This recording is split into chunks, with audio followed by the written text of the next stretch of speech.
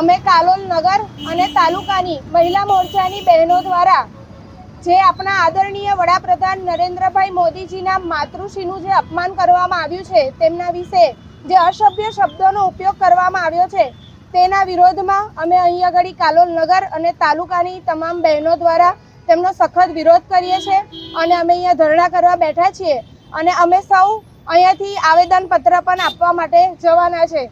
અમે બધા અહીં એક જ વાત કહેવા માંગીએ છીએ કે આજની નારી કોઈ પણ નારીનું અપમાન નહીં સહન કરે અને પૂજનીય વડાપ્રધાનજીની માતાજીનું અપમાન બિલકુલ પણ સહન કરવામાં નહીં આવે, તેના વિરોધ પ્રદર્શનમાં આજે અમે અહીંયા બધા બેઠા છીએ। શેફાલી ઉપાધ્યાય, કાલોલ નગરપાલિકા।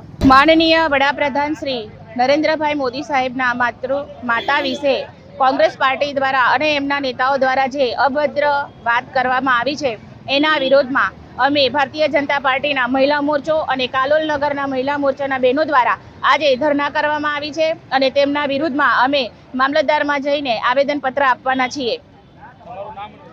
ચેતનાબેન ઠાકોર, કાલોલ તાલુકા મહિલા મોરચા પ્રમુખ। 124 વિસ્તારના ધારાસભ્ય શ્રી જેઠાભાઈ ભરવાડ સાહેબના નેતૃત્વ નીચે અમે આ ખેડા તાલુકાના ભાજપ કાર્યકર્તા બહેનોએ રેલી કાઢી અને રાહુલ ગાંધીનું પુતળા દહન કર્યું છે અને અમારા નરેન્દ્ર મોદી સાહેબની માતાને અપમાન ભર્યા શબ્દો વાપર્યા છે, એ અમે બહેનો સહન કરી શકીએ નહીં। ભારત માતા કી જય। મારું નામ લલિતાબેન બળવંતસિંહ બારિયા, હાલ સરપંચ છું।